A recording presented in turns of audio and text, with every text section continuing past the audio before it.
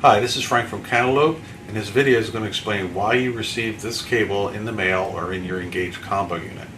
This is our NPC cable, and we created this cable because we've identified inconsistencies in the power of the MDB chain. This is going to require you to remove your bill validator from the vending machine to access the back of the machine. Now that you have the bill acceptor away from the machine, you're going to remove the 4 screws that secure the Engage combo device to the bill acceptor, and you're going to pull that straight off, get the bill acceptor out of the way, and now you're looking at the back of it. At this point you can bring in the NPC cable, and you're going to disconnect the original MDB cable, like so. The original cable will now plug into the NPC cable,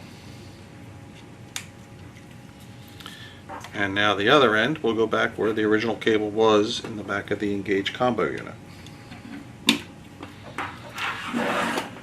that's how that part's installed, and then you just reverse your assembly. Put the unit back on,